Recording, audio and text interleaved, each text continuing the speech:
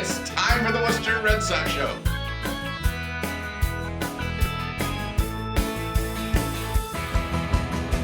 I'm Hank Stoltz, and it is time now for the Worcester Red Sox Show. Of course, your host, president of the Worcester Red Sox, live in studio with us, and Dr. Charles Steinberg. Good morning. Good morning to you. We have a beautiful spring day. The days that we think may just be a little bit few and far between. We got one today. We sure do. Yeah, this is a great day as we start to head into the Memorial Day weekend, and then we're going to have another wonderful homestand for the Worcester Red Sox coming up. Listen, we have to let people know, although they cannot see it on their radios, that we do have a special guest live in the studio with us, George Capalbo Jr. He is filming this episode of the Worcester Red Sox Show. This is like our pilot program. So this will now go out, and it will go up on our social media because, let's face it. I mean, this is a dog-eat-dog competitive world. And we have other individuals out there. They're doing Worcester Red Sox podcasts that are on. We have to set ourselves apart, Dr. Charles. I wasn't aware of anybody else. We have to set ourselves apart, make sure that we are keeping our market share so that people know to come here for all things Worcester Red Sox. And we've got all kinds of cool stuff here. It's amazing. And let me just start here. By the way, for Booster Club members, French fries is your word of the day. Everybody should be a Booster Club member. It is free and easy to do. And what happens is that if you are, like my wife, a Booster Club member, you amass over 2,000. Ben, how many points do you have? Let's find out from Ben White, who is wisely staying in the other room. When you put in French fries today, how many points do you have? I am logging in. And I have earned 2,000 points. Wow! What? Wow! I thought my wife was 2,000 points, and but that is before entering the word of the day, which is French fries. It is very easy. Holy cow. You can go through the Worcester Red Sox site, or you can go directly at WorcesterBoosterClub.com. There's a million ways to do it. Enter those codes and win cool prizes. You can get anything, pretty much. You can. Now, my wife is also, and I thought she was going to be ahead. She must have used some of her points. Because she also has 2,000 points. I haven't used my points. Yeah, but you redeem them for the particular event or experience that you'd like. Yeah, so I'm kind of saving up for all kinds of cool stuff. You're saving up for big experiences to be named later. So it isn't just the word of the day that we give you, French fries. But when you go to the ballpark, you can get points by doing a selfie when you arrive at the park. There's all kinds of cool things that you can do that will get you more points. And think about it. We have more than 11,000 members, 11,000 people. All are card-carrying Worcester Red Sox Booster Club members. I'm going to tell you one more thing that we did this past week for this past homestand that I had not done before. I went to the grand ribbon cutting for it is going to be at the market on the concourse that you are able to, you touch, you tap, you go. Mm-hmm. I went, we downloaded it, my wife and I.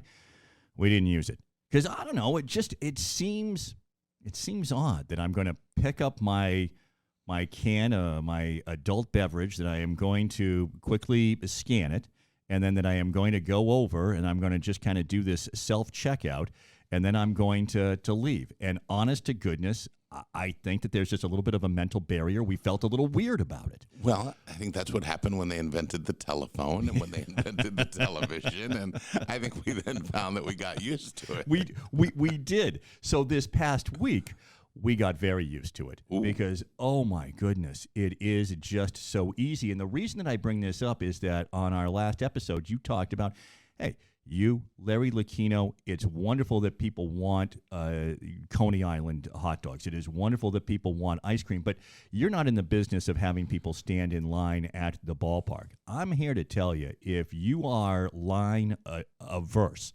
then you want to get this touch, tap, and go, and you are in and out of that market in a minute. I mean, it is up to you as to how much time you want to spend there. On a hot day, it's air conditioned, but you go in, you grab what you want, you scan it, boom, you tap it. It is just right there, and you go. It's amazing. Well, we are the first. This is the first ballpark in America to have this technology from a Chicago company, Standard AI, Standard Cognition, they call it Standard AI. And the cameras are looking at the food and the drink. They're not looking at you. There are no biometrics. And for you to find that it's working is very comforting, because it is the beginning. It's the beginning of a different way to get that simple commodity that you need. I always think about it in terms of a mom with a couple kids. The last thing she wants is to stand in line for 2 innings with squirmy kids. And if all they want are their spicy Cheez-Its, and or if you want your polar beverage, or if you're an adult, it's a very, very quick way to get an adult beverage. And it also has your best options for gluten-free, your best options for vegetarian, for vegan, cold kosher, strictly kosher offerings. So it is designed to help those who, like Lucchino, are severely line averse. he has the exact proper level of patience for one who does not want to stand in line. All right. There is a lot of great stuff that is coming up at the ballpark, of course. And the games, of course, are coming up. We've got a new homestand that is going to be beginning next week on Tuesday, day after Memorial Day.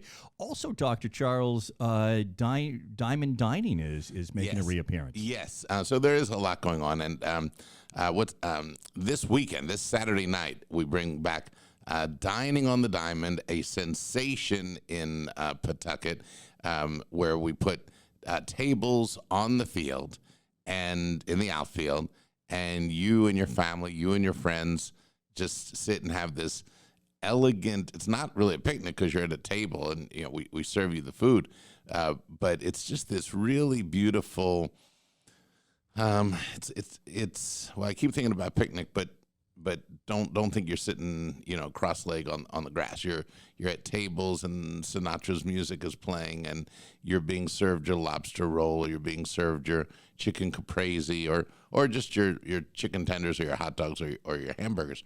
But it's a very cool dining experience in our experience, and I think we'll also have Smiley Ball and Worcester. They're going to be hungry for dinner. So there are seatings as early as 5 o'clock. I think the 6:31 was the one really hopping. But go to WooSox.com. It actually may be I think you can go to WooSox.com, but I think you can go to PolarPark.com, Diamond Dining. So wonderful. It's a cool experience. Just this Saturday night, May 28th, and it's a pilot here, and but boy, did it connect with people in Pawtucket. People really do love the ballpark. I mean, just being in the ballpark, even when the game isn't going on, is just cool. Well, it's a way to celebrate Worcester and to celebrate the Canal District and to be downtown. And we're not expecting that you're going to stay there till all hours of the night. Go, if it's your family, you may head on back home. But if it's friends, you may then go around, to the Banner or go to any of the establishments in the Canal District and make a night of it. That's the whole point. The team is on the road, but the ballpark is still flourishing. We've had so many events at Polar Park when the team is not playing, but they're usually, this one's graduation, or this one's prom, or this one's corporate outing. This is one where you say, hey, come on. What's for dinner? Let's go to Polar Park and dine on the diamond. Now, speaking of which, we only have a moment here, so we'll probably get into it a little bit more in another minute, but another great way to enter the park, and another ribbon cutting that just happened this past week, and this really is one of the this is going to be a great place for you to be able to park, and it's going to be, again, talking about lines a little bit here in the early going. I think this is going to be a great way to get into the ballpark. Let's talk about Rocklin Trust Plaza as you cross the Green Street Bridge. I call it the 1912 Bridge because you can see that it's built in 1912. Let's talk about that right after the break because it's a new front door to Polar Park. Straight ahead on the Worcester Red Sox Show.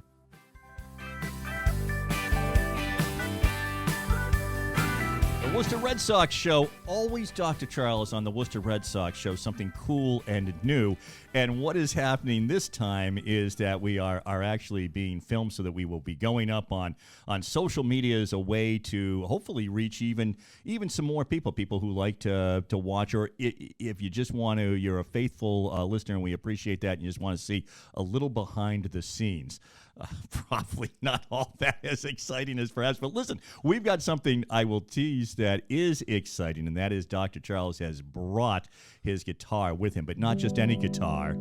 He has brought the Fenway 100 guitar with him. Yes. So one of 6 that Fender made for the Boston Red Sox for our 100th anniversary.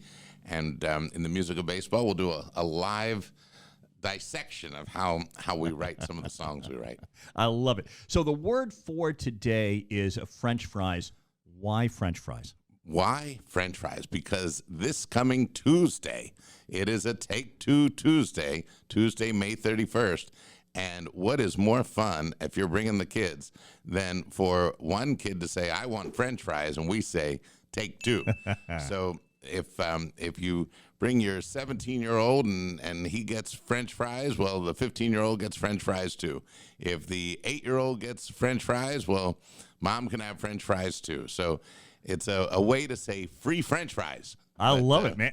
Who doesn't want free French fries? This is the greatest Take Two of all time. It's a big one. It is a good one. It is a good one. Why don't we can just run down the rest of the week, I was thinking, for the homestand. Sure. Yeah, so Take Two Tuesday has French fries. If you buy and order French fries, we say Take Two. On Wednesday, remember, we have a day game. This is the last of our early season Wednesday matinees. They'll resume in August as camp days. But this is a school day. Lots of school kids are coming Wednesday at 12:15. We also love when the senior centers come.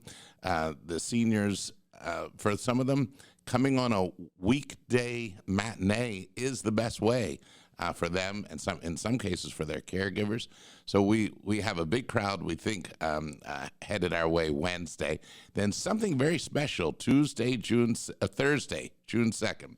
Thursday, June 2nd, you're going to get to say hello again to one of your wonderful old friends from the Boston Red Sox. He was on the 2004 World Champions, 2007 World Champions. Now, let's see how good you are. He also won the World Series in 1992 and 93 when the Toronto Blue Jays won back-to-back. He's one of the most community-minded guys that I've worked with, and he lost his mom in 2002 to ALS. And ever since then, he has put on a 5K in her memory, in her honor. And so we're talking about Mike Timlin will be making his first visit to Worcester, first visit to Polar Park, and we're going to put the spotlight on ALS on Thursday, June 2nd. Mike Timlin will be there in the pregame ceremonies, but it's also to show what the local efforts are. The Mary Beth Benison Foundation, that was one of the first charities I became aware of when we moved to Worcester. And Mary Beth's sister is carrying that torch and that effort. And they help the families who are devastated by what occurs, not just medically, but financially to a family when someone has ALS. Also, Mike Timlin's 5K, the Sharon Timlin 5K, which will take place a couple weeks later. I think it's June 18th. Joe Bradley will let me know. The funds from that go to the Angel Fund, and the Angel Fund brings money right back here to Worcester at the UMass Chan Medical School, where research is going on ALS. So the money that Mike Timlin is and has been raising in Massachusetts all these years with his annual 5K in memory of his mother. I didn't know till Joe Bradley and I were working on getting the facts straight for a release, that money comes right here to Worcester. And then, of course, there's the ALS Association of Massachusetts. So we will be focusing on Mary Beth Benison, on the Angel Fund funding UMass Chan Medical School, ALS the ALS Foundation of Massachusetts, all on Thursday, June 2nd. And you'll get to meet Mike Timlin in the diner.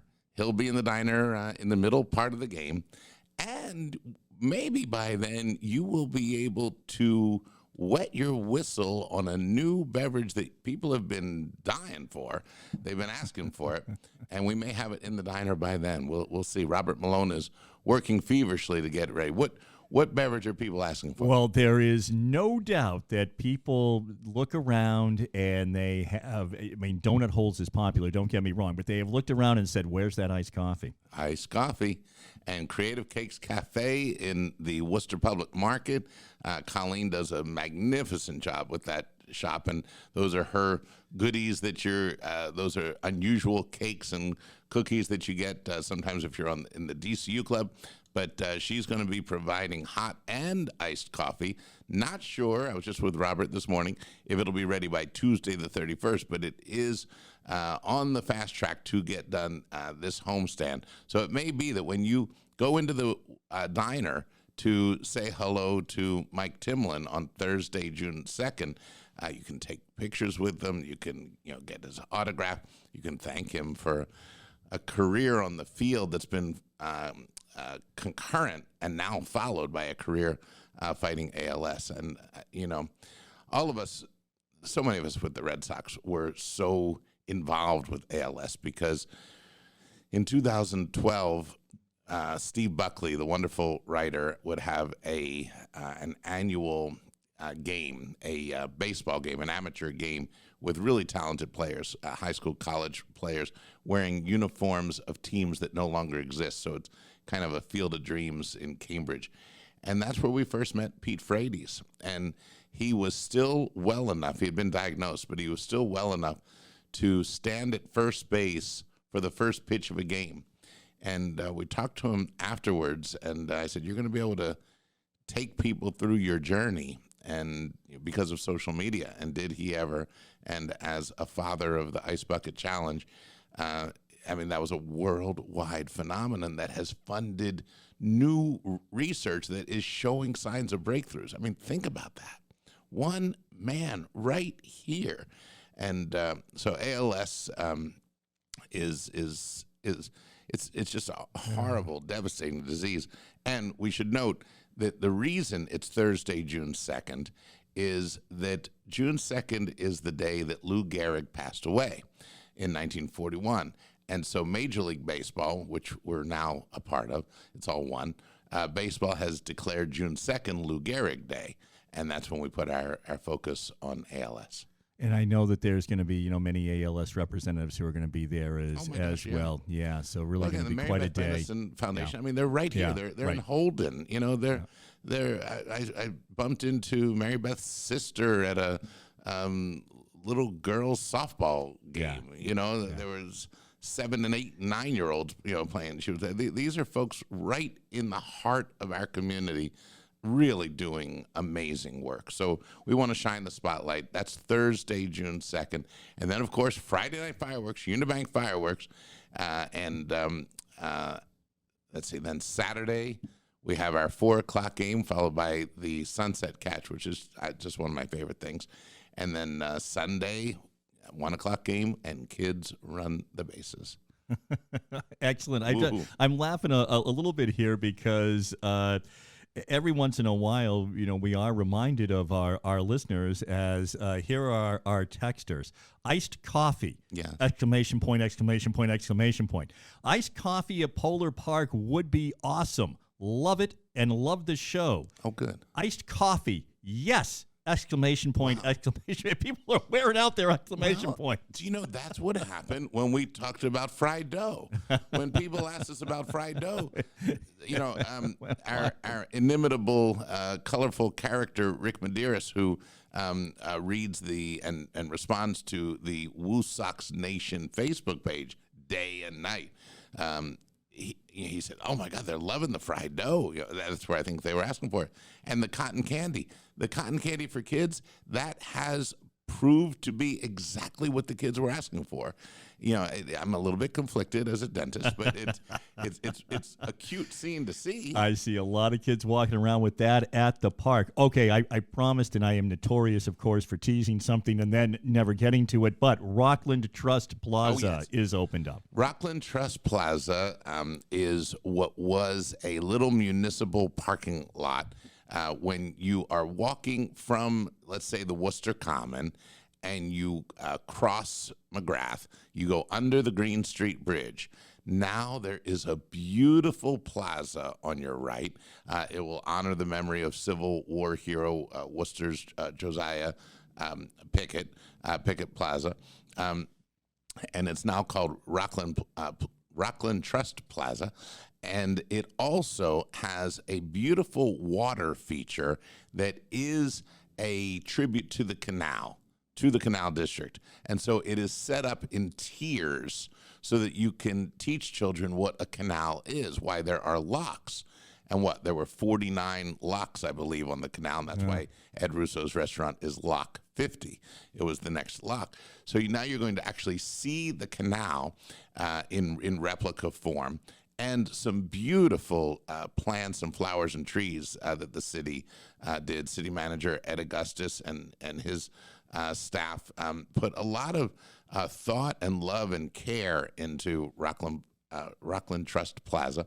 And now that's a new front door. So you walk under the Green Street Bridge, which is now beautifully lit at night, if you've seen all the colors, and you just walk right through the plaza.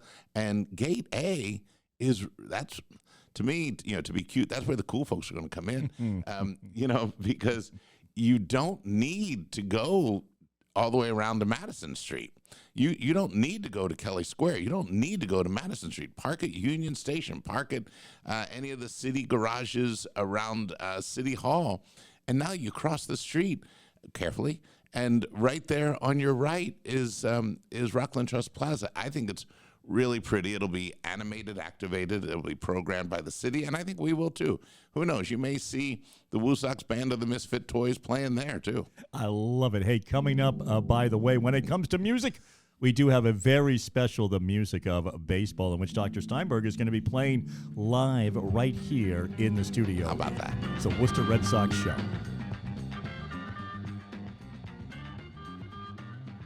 Up and at 'em, everybody. It is a double dose of the music of baseball with Dr. Charles Steinberg. And today, by the way, as we start to get into this, congratulations, Dr. Charles, as attendance just astronomical for the Worcester Red Sox. Well, we didn't realize it, but that we lead all of AAA baseball, lead all of AAA and AA baseball. We lead all of minor league baseball for those who've at least had 20 openings. The only one who is ahead of us technically with fewer openings are our friends in Dayton, Ohio. They have a higher average attendance at the moment, but they didn't have 2 rainouts like we did, which you have to count. So it to me, it's just a testament to Worcester. It's a testament to the city of Worcester and Worcester County. The folks who are coming from Holden, Paxton, Princeton, Grafton, Millbury, Auburn, Leicester,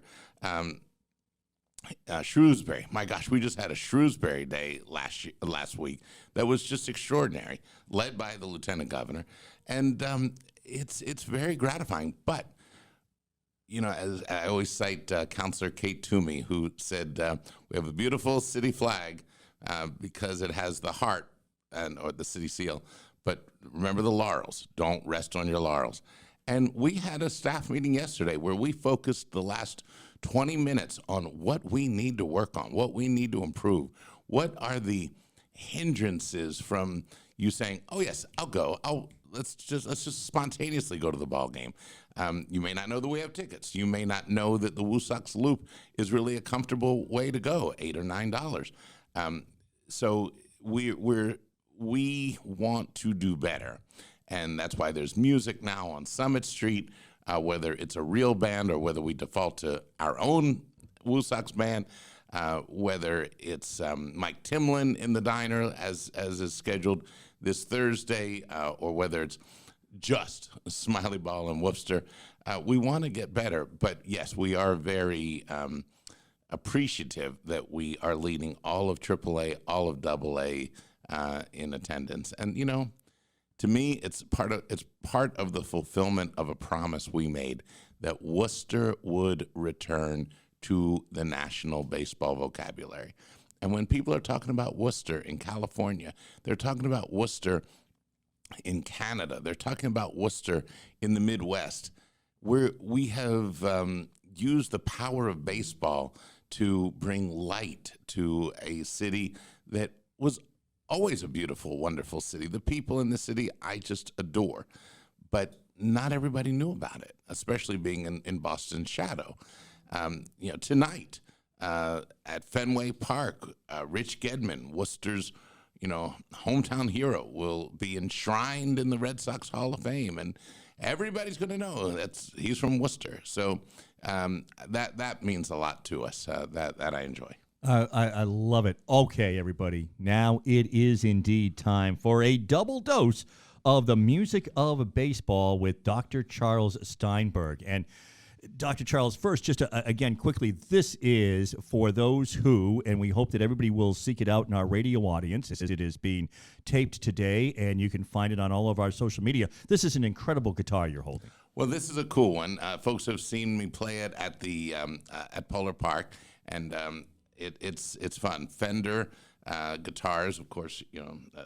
I guess they're top Fender Stratocaster.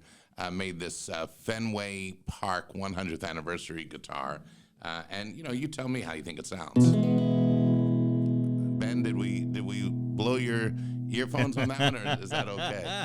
I think we'll look to our man Ben White to see if that was what was okay. I will say that as we start out on our musical odyssey over the next few minutes here, I know that you've got some things planned for us.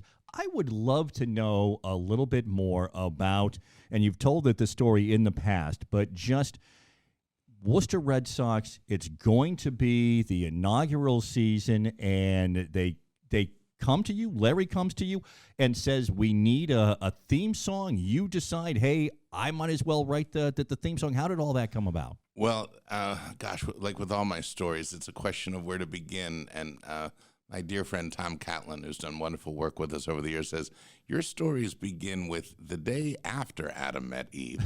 So Larry had asked me years ago to do a song for Fenway's 100th. And that's a whole funny story, too. I wrote the song called Fenway Park. And he said, I was thinking of a ballad. And so I wrote Home of the Game, which converted beautifully to Worcester.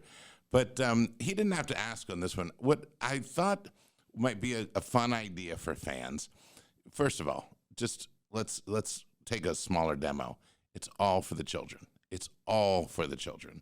When you're 5 years old and you see the Beatles live in concert, as I got to do, and I can still see that moment, I can still see the Baltimore Civic Center, you realize what an impact a ball club can have musically on children. Children love music. And when I used to watch those Beatle cartoons, they were on when I was a kid, there was this simple theme they did, and it made so much sense, and I borrowed it liberally from it. And that would be, with each letter of the word Beatles, it would be one of the notes of the guitar in open strings, which meant any child could play it. So it would go like this.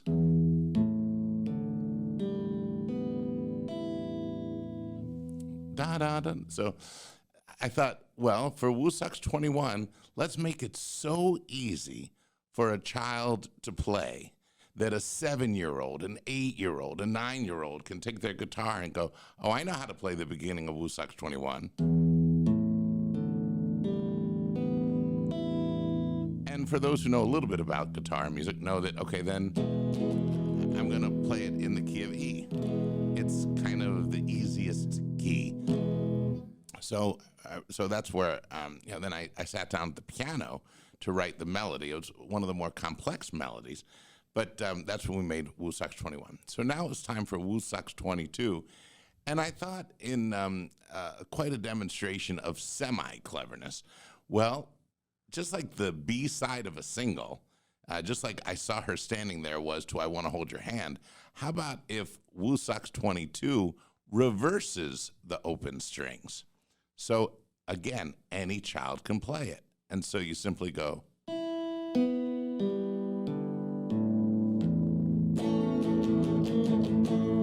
So you might hear musically, it depends on how inclined you are, that there's a natural comfort to this sound.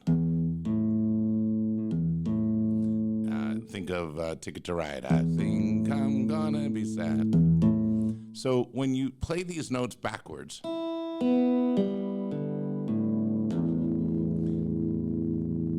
you resolve that tension with. And so I wrote this one, therefore, in the key of A. And I, again, wanted to make it, I made this one a lot more simple than Woo Sox 21. The chords are the basic chords that any child is going to learn. So you go da da da da da da da da. That's just an A to E to D to A. Da da da da da da da da da. Very simple. And I was a little bit embarrassed when in Los Angeles I went into the recording studio with these fabulous musicians. These are world-class musicians. You know, James Taylor's bass player, Ringo Starr's drummer, who is going to be here this Friday. He knows that, you know, we're in town, and he's playing the drums on Woo Sox 22.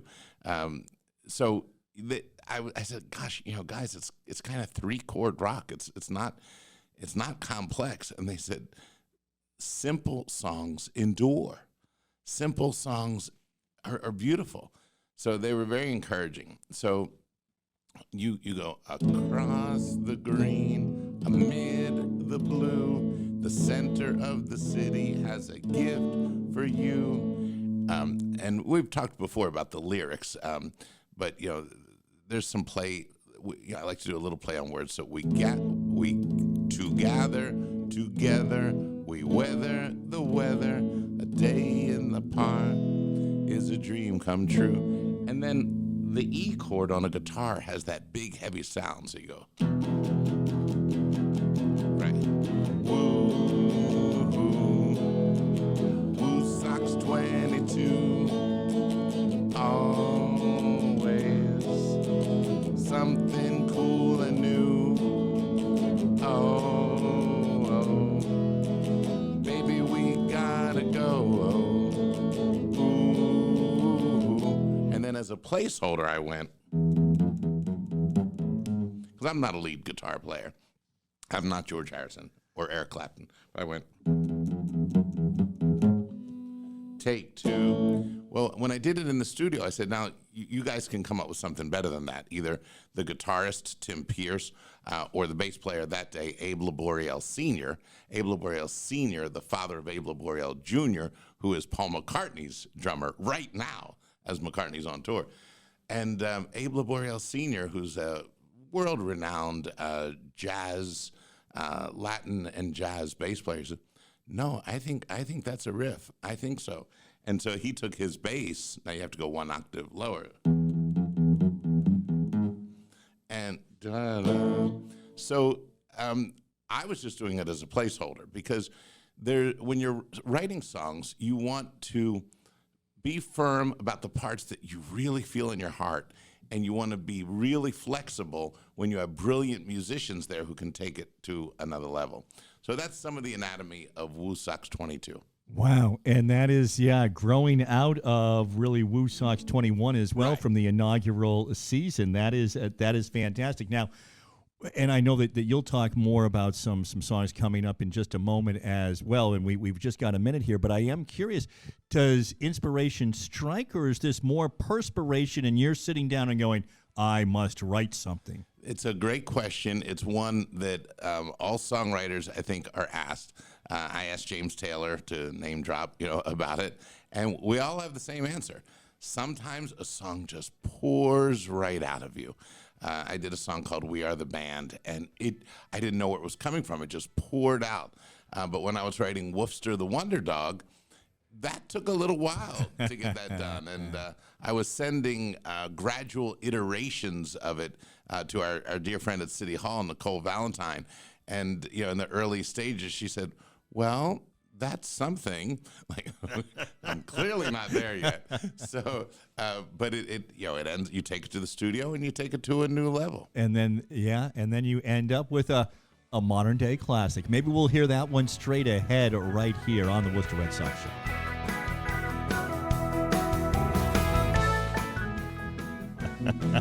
We're right back here. We've had a double dose for you this morning. I mean, you have lucked out a double dose of the music of baseball with Dr. Charles Steinberg, and I think we found out something. I mean, if you're a Boston Red Sox fan, you might not have known that Dr. Charles had written some of those songs for, or that you heard at Fenway Park.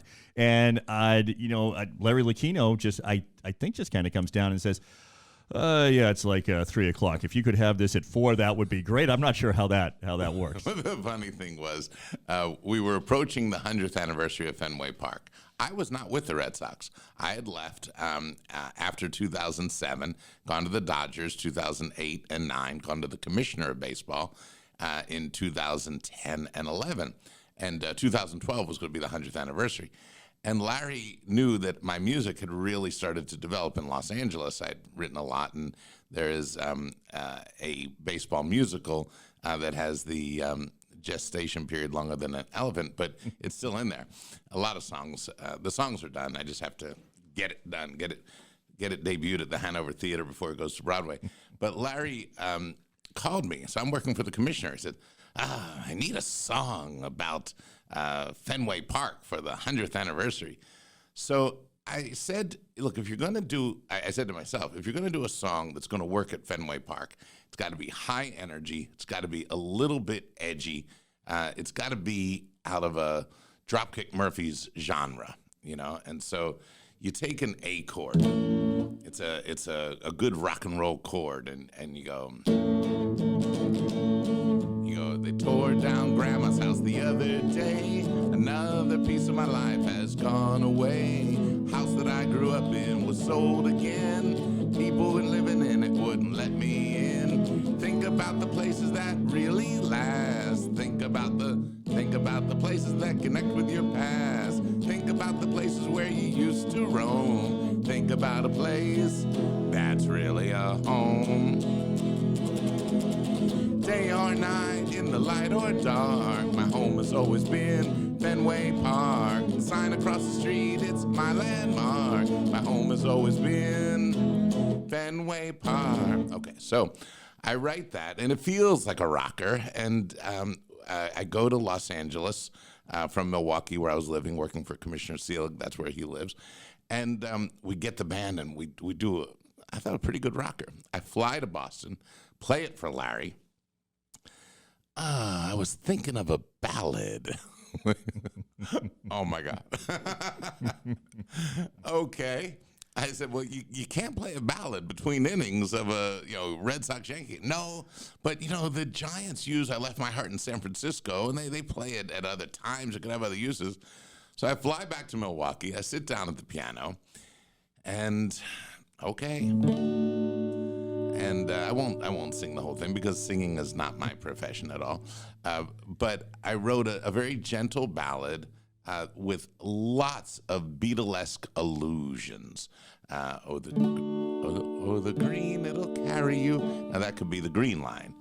Turn around, you're in the square. Oh, sorry. Hold on. Oh, the green, it'll carry you. Turn around, you're in the square. The Brookline City. Cross the bridge, the bridge, you're nearly there. Take a left where it lands down, get it? Stroll 420 feet. The flavors are a fragrance, tantalize enough to eat. And it's called Home of the Game. And I go to Los Angeles, we record it, I fly to Boston, I play it for Larry. Yeah, that's better. And I then, surprisingly to me, return to the Red Sox. Didn't know I was coming back in 2012. And so there's the song. But every Red Sox fan knows 2012, while it had the 100th anniversary, it was not a year that there was a lot of celebration going on. It was a not good year. So the song didn't really see a lot of light of day. It wasn't a festive year. It was a bad year. And so the song kind of got put on the proverbial shelf. And then we come to Worcester, and I take the song out. Oh, hold on. You got Green Street. Or the green, it will carry you. We've got a square. Turn around, you're in the square. The Brookline City. Cross the bridge, we're nearly there. So, I didn't play the chords right. Let's try that again. Here we go. Oh, the green, it'll carry you. Turn around, you're in the square. Kelly Square. The Brookline City. Cross the bridge. You know which one we mean. You're nearly there. It's the spirit of our lives. We have grown, but still the same. It's the heart of the city, which was already the lyric before I even knew we were coming to Worcester. It's the home of the game. So I don't sing, in a performance way, but that's why Bob Calsill sings it. I don't play the guitar on the songs. That's why Tim Pierce, Goo Goo Dolls, and Michael Jackson's guitars, that's why he plays it. So the actual professionals who can play magnificently and flawlessly, they actually do the performance of the music and the singing. But as one musician said, you have it inside you. You have it, and he pointed to my ample tummy. He said, you got it in there. He said, and we feel that. And then it's for us to then take that to a musical level. So that's it. So the song for Fenway, Home of the Game, wound up being a song for Polar Park. Isn't that something? And then one more song that people hear, but they just don't necessarily know the story behind. I've had a wonderful time in Worcester, and I went to the Hanover Theater for A Christmas Carol, December 15th of 2018. And I stayed overnight because the next day I was conducting the Worcester Youth Symphony Orchestra with Sleigh Ride. And I was walking around the Worcester Common on that morning, and the air just tasted Christmassy. It was it was cold, but not uncomfortably cold. I went, gosh, there's a fragrance in the air. You can feel it everywhere. It gives you chills across the Seven Hills. Because it's not easy to write a song that is lyrical, that uses the word Worcester. You can do it, but the Seven Hills, you can. And so you just started to think about the Worcester that I was learning about. There's a fragrance in the air. You can feel it everywhere. It gives you chills. No, that's not it. No, I didn't play it right. Let's try it again. There's a fragrance in the air. You can feel it everywhere. It gives you chills across the Seven Hills. Then the second verse is simple, but it was a pretty moon that night. There's a moon up in the sky. It'll wink as you go by. The little thrills across the Seven Hills. And then the key to the song is, there are hearts and there are smiles in all their glory. There are tears in their eyes. You know the story. You know the story. And on it goes, with each verse being a bit of a love song to Worcester, whether it's a fragrance in the air, a spirit in the air, a love that's in the air. At the end, open up, and if you dare, your life it fills across the Seven Hills. Now, one of my colleagues said to me, it sounds a little funereal. Well, it depends on how you interpret their tears in their eyes. You know the story. My own thought is that I take that two ways. I think what some people will quickly go to are the stories of sadness and tragedy with the firefighters, and now with Manny Familia. And you can do that, but if you're going to think about that sadness, you've got to think about how compassionate this city is and how this city comes together when there is that kind of sadness. But there's also tears in their eyes that are tears of joy. And there were people on September 17th, 2018, on the back of City Hall when we had 5,000 people there. And here's Jerry Remy, and here's Pedro Martinez, and and here's hometown hero Rich Gedman. They had tears in their eyes. You know the story. So it's up to the audience to interpret art. But as far as writing it myself, I looked at it both ways, and I think that that's what gives a song flexibility. So Seven Hills, gosh, that's another one. And that's before we even get to the mascot ones. Yeah, I was going to say, I mean, people might not know as we're talking about all these connections, Wally and Smiley and Worcester are all pretty good friends and share some commonalities and things as well, including in the music.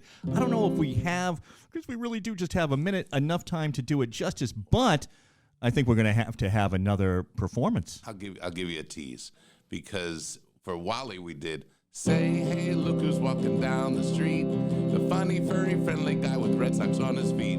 His last name is a monster and his middle name is Green, and he might be the nicest fella you have ever seen. Well, it didn't take much to change those lyrics for Smiley. But then came Worcester. What are you going to do for that? Let's change key. And maybe we can do one on Worcester, but today we see a happy pup, loving life and looking up to everyday heroes who answer the call. He tips his cap and tosses a ball. He loves the city's vibrance. He loves the city's hydrants. From the top of his head to his toes, he knows his nose says it all. So those are, again, it's all designed for children. And if the 8-year-olds can attach to this song, think of how they might feel, God willing, 70 years from now. And that's what you like to do. You like to convert your emotions into art that you hope lasts for generations and reminds people of this era when Polar Park opened. Well, everybody, we hope that you really enjoyed this double dose of the music of baseball with Dr. Charles Steinberg. For those who are watching us on social media, you get to see it. And if you are listening to us on the radio, be looking at our social media, because that will be going up a little bit later on within the next, few days, I would say. George Capalbo Jr. is here making all of that happen. Big Ben White, of course, making sure that everything sounded good. Dr. Charles Steinberg, Memorial Day weekend coming up, and then a wonderful home stand. And then we'll do it again next week. Wonderful. See you then. Right here on the Worcester Red Sox Show.